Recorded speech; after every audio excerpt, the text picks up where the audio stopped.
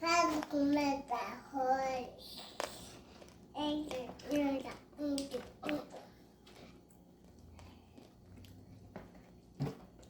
Comendo aqui o almoço.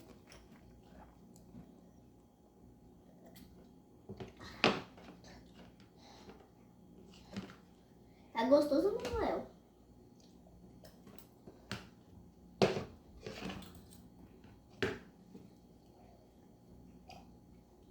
Tá bom?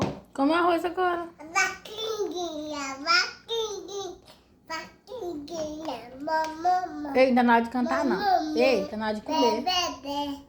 Sabe comer, come. Uma boquinha.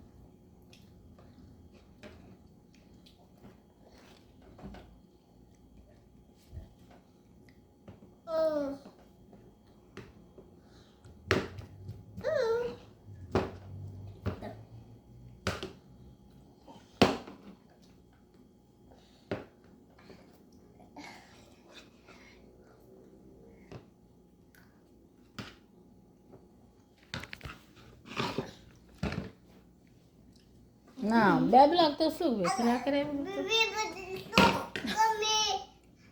Yang. Tu demora a beber, ó. Ele bebe todinho teu suco. Ele é esperto. Eu quero beber. Vou esconder. Aí não, moço. Bebe logo. Vai cair aí. Não cai não.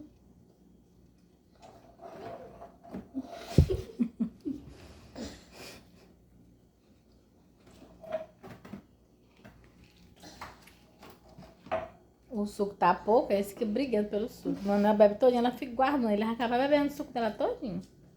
Né, meu filho? É esperto, né? Eu não vou dar essa. Arroz. Arroz. De caldo. Isso, come. Vai.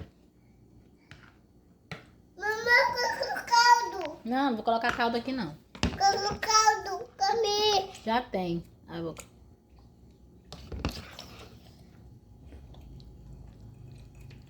Economizando.